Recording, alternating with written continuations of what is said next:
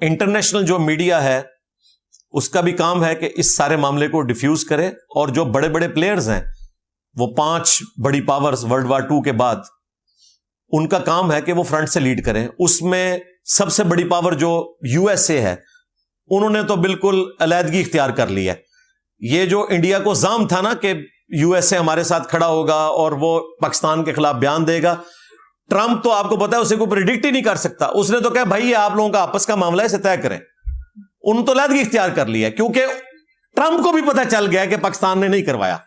اگر ذرا سی بھی کوئی حرکت کی ہوتی نا پاکستان نے, تو ٹرمپ نے ایک لمحے کا توقف بھی نہیں کرنا تھا اس قسم کا پاکستان کے خلاف بیان دینے کے اعتبار سے. کیونکہ یہاں ماشاءاللہ جو ہمارے سو کالڈ قسم کے محب وطن لوگ ہیں نا, وہ آلریڈی ٹرمپ کے ساتھ دوستیاں گانٹھے ہوئے ہیں. اور میں یہ آپ کو بتاؤں, یہ جتنے ڈیجیٹل بندر ہیں نا اس وقت, جو اس وقت انڈیا کا ساتھ دے رہے ہیں, یوٹیوبرز اور اپنے آپ کو صحافی کہتے ہیں, یہ پاکستان کے ساتھ غداری کر رہے ہیں. اس زمانے میں ساری اپوزیشن کھڑی ہو گئی تھی گورنمنٹ کے ساتھ. آج بھی اپوزیشن اپنے بیانات کے حد تک تو پاکستان کی فوج اور گورنمنٹ کے ساتھ کھڑی ہے, لیکن جو ان کے فرنٹ مین صحافی ہیں نا, جو بیانیاں بناتے ہیں, ٹھیک ہے, ان میں ایک جو سب سے بڑا وہ ایک جھوٹا انسان ہے, میں تو یقین کریں اس کی ویڈیوز بھی نہیں دیکھتا, کیونکہ مجھ سے اتنا زیادہ جھوٹ سنا ہی نہیں جاتا. داڑھی رکھ کے وہ جھوٹ بولتا ہے, مذہبی شکل اختیار کر کے. وہ ہمارے ایک بھائی ہیں یو ایس اے میں, حالانکہ ان کی بھی ہمدردیاں جو ہیں اسی جماعت کے ساتھ ہیں, باسط ندیم صاحب. انہوں نے ایک ولاگ بنایا تو میں نے مجبوراً اس میں جب اس کے کلپ دیکھے اس بھگوڑے کے, وہ بھگوڑا میں اس لحاظ سے کہہ رہا ہوں کہ مجھ سے بھاگا ہوا ہے, میرے پہ الزام لگا کے بھاگ گیا تھا, میں اس کے پیچھے پہنچا ہوں, اس کی ساری شرطیں مانی ہے کہ پرانی ویڈیوز پہ بھی بات کر لے, وہ ابھی تک بھگوڑا ہے. پاکستان سے جو بھگوڑا ہے میں اس کی بات نہیں کر رہا, وہ اس کا اور پاکستان کا معاملہ ہے, مجھ سے بھگوڑا ہوا ہے. وہ تو انڈیا کی زبان بول رہا ہے, وہ تو ہر معاملے میں انڈیا کو سپورٹ کر رہا ہے. ایون جو خان صاحب کے دور میں ڈسیزن ہوئے تھے ان کو بھی وہ کرٹیسائز کر رہا ہے, اور وہ بھی آرمی کے کھاتے میں ڈال رہا ہے, جس پہ اس زمانے میں اس نے فخر کیا ہوا تھا. تو اس قسم کے جو ڈیجیٹل بندر ہے نا جی, یہ اس قابل بھی نہیں کہ میں ان کا نام بھی لوں یا ان کی اس جماعت کا نام لوں جس کے فرنٹ مین بنے ہوئے ہیں, حالانکہ جماعت ان سے جان چھڑا رہی ہے. اور میں آپ کو بتاؤں یہ اپنے لیڈر کے لیے زیادہ مشکلات کھڑی کر رہے ہیں, کیونکہ اس مشکل وقت میں پاکستان تو انشاءاللہ نکل جائے گا اس مشکل سے. ہاں, یہ ذہن میں رکھیے گا, مودی تو پاکستان کے قابو نہیں آئے گا, وہ وہاں پہ بیٹھا ہوا ہے, وہ ویسے ہی بھاگ جائے گا. قابو تم لوگوں نے آنا ہے, یہ ذہن میں رکھنا. جو آج پاکستان کے ساتھ اس طرح کی غداری کر رہے ہو نا, اور صرف ایک اپنے لیڈر کی محبت میں, اس لیڈر کو بھی نہیں پتا ہوگا کہ تمہاری محبت میں یہ کیا کچھ کر رہے ہیں.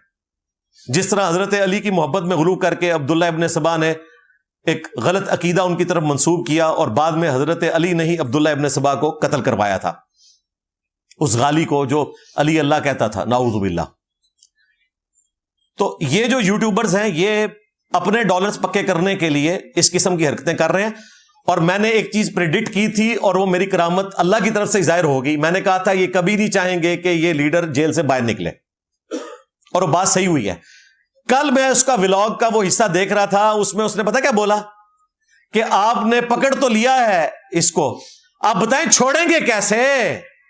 وہ بار بار اس جملے کو ریپیٹ کر رہا ہے کہ اگر اس کو چھوڑیں گے تو یہ پھر فوج کو نہیں چھوڑے گا, اپوزیشن کو نہیں چھوڑے گا. اور وہ بار بار دھمکی لگا رہا ہے پاکستان کی فوج کو اور باقی پولیٹیکل جماعتوں کو کہ تم نے اس کو اندر تو کیا ہے, لیکن بتاؤ چھوڑو گے کیسے. جب چھوڑو گے یہ تمہیں نہیں چھوڑے گا. اس کا مطلب پتا کیا ہے کہ نہ چھوڑنا انہوں. ہاں تو اور کیا مطلب ہے. اور اس نے 3 دفعہ یہ جملہ ریپیٹ کیا اس میں, پکڑ تو لیا ہے اب چھوڑو گے کیسے. چھوڑ نہیں سکتے اب, کیونکہ تمہیں پتا ہے کہ اس کو چھوڑا تو یہ تمہیں نہیں چھوڑے گا. یعنی وہ کہہ رہے ہیں کہ اس کو چھوڑا تو میرے ڈالر گئے. ہاں تو نہ چھوڑیو انہوں. اور ایک اور وہ جو ایک جس کی سانس ہی بند ہوئی تھی, اس کے حق میں میں نے ویڈیو بنائی تھی اس زمانے میں, ٹھیک ہے, جو پنجابی میں ولاگ کرتا ہے, نہ اردو ٹھیک آتی ہے نہ پنجابی تو چلے تھوڑی صحیح بول لیتا ہے. تو وہ بھی نہیں چاہے گا کہ اس کے ڈالرز ختم ہو, یہ سب چاہیں گے کہ لیڈر اندر رہے, ہمارے ڈالرز پکے رہے. تو یہ تو حرکتیں کر کے سائڈ پہ ہو جائیں گے, تکلیف آج ایک بندہ ہی کاٹ رہا ہے, اس کی بیوی کاٹ رہی ہے, وہ 2 ہی جیل میں, باقی سارے باہر ہیں. اور اوپر سے یہ جو آئے دن مذہبی ٹچ لگاتے رہتے ہیں. ابھی تو وہ ڈاکٹر عارف علوی صاحب کی بھی ویڈیو آئی ہے, میں نے اس پہ آج بولنا تھا, لیکن میں نے جب پوری ویڈیو دیکھی ہے میں نے کہا میں انتظار کروں, شاید کوئی ڈاکٹر صاحب کا کوئی اچھا بیان آ جائے, اگلے ہفتے تک وہ توبہ کر لیں تاکہ وہ زیادہ ہنگامہ کھڑا نہ ہو. ڈاکٹر صاحب سے میں ذاتی طور پہ ایک عقیدت رکھتا ہوں, ان کا تعلق جماعت اسلامی سے ہے اور ماشاءاللہ دیندار آدمی ہیں. اپنے ہاسپٹل میں وہ تفہیم القرآن سے درس دیتے رہے ہیں. جب وہ پریزیڈنٹ تھے ڈاکٹر عارف علوی صاحب, وہ پی ٹی وی کے اوپر درس دیا کرتے تھے, اچھا خاصا دین جانتے ہیں.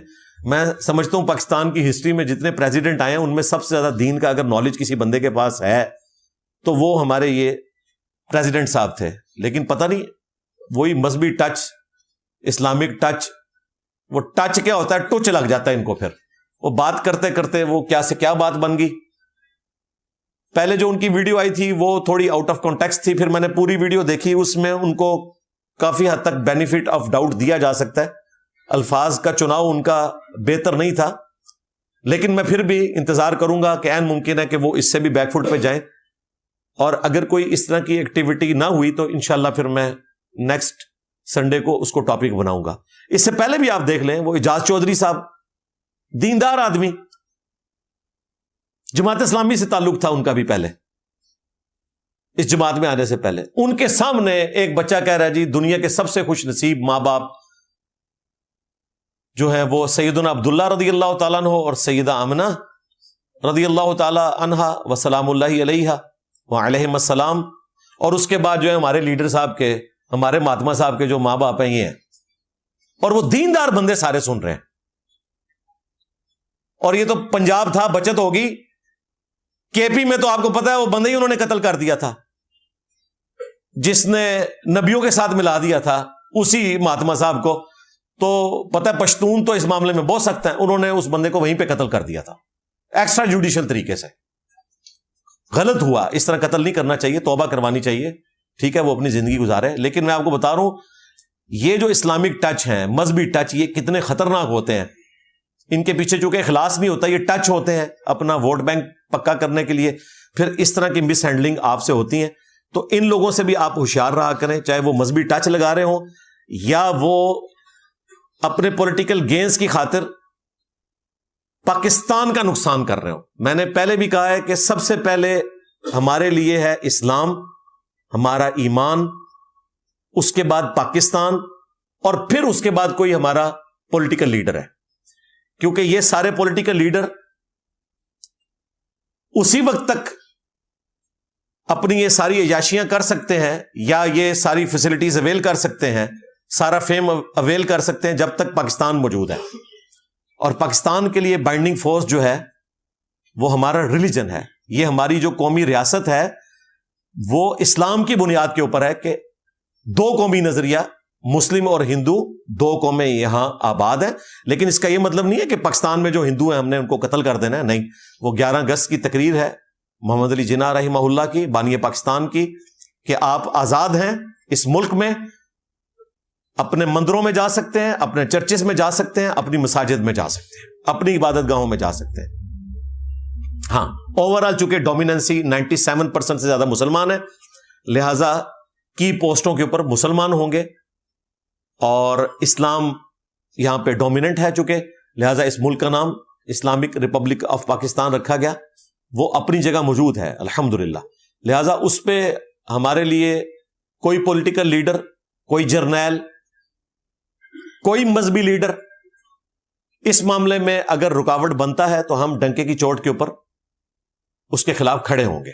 کیونکہ یہ ملک کسی جرنیل کا نہیں ہے, کسی پولیٹیکل لیڈر کا نہیں ہے, یہ پاکستان کے عوام کا ہے. انہوں نے قربانیاں دی اور ایک ڈیموکریٹک طریقے سے, اگرچہ اس وقت اللہ نے حالات و واقعات ایسے کر دیے کہ ہٹلر کی وجہ سے گریٹ برٹن کمزور ہو گئی. اگرچہ ہٹلر جنگ ہار گیا لیکن گریٹ برٹن کو اتنا کمزور کر دیا کہ انہوں نے مجبوراً ہمیں آزادی دے دی.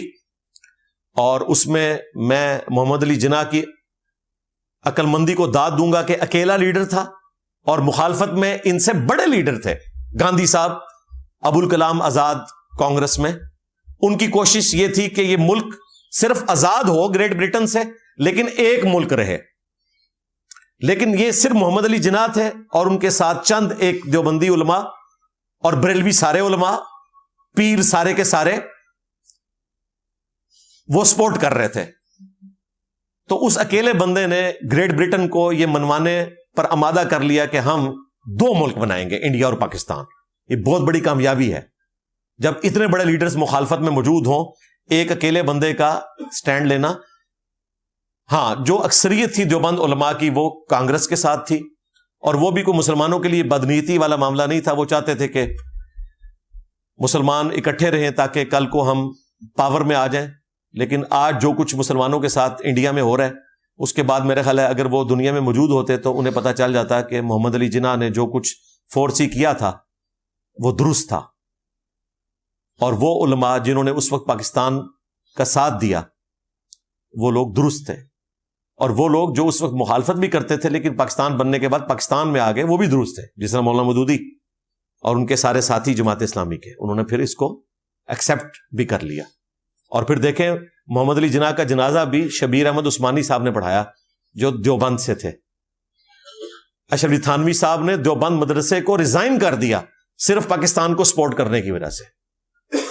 وہ اس وقت تک زندہ نہیں رہے، 1944 میں ان کی ڈیتھ ہو گئی، لیکن تھانوی صاحب نے دیوبند مدرسہ چھوڑ دیا پاکستان کی سپورٹ کی وجہ سے، کیونکہ دیوبند مدرسہ کانگریس کے ساتھ تھا. وہ تو تھانوی صاحب کا چونکہ علمی قد کاٹ بہت بڑا تھا، اس وجہ سے آج بھی ان کو انڈیا، پاکستان، بنگلہ دیش کے سارے دیوبندی حکیم الامت کہتے ہیں اپنے فرقے کا، وہ اپنی پرسنالٹی کی وجہ سے. ادروائز میجورٹی علماء تھانوی صاحب کے خلاف تھی اس وقت، صرف اس وجہ سے کہ یہ 2 بڑے بندے تھانوی صاحب اور شبیر احمد عثمانی، انہوں نے پاکستان کا ساتھ دیا تھا اپنے ان علماء سے مخالفت کرتے ہوئے.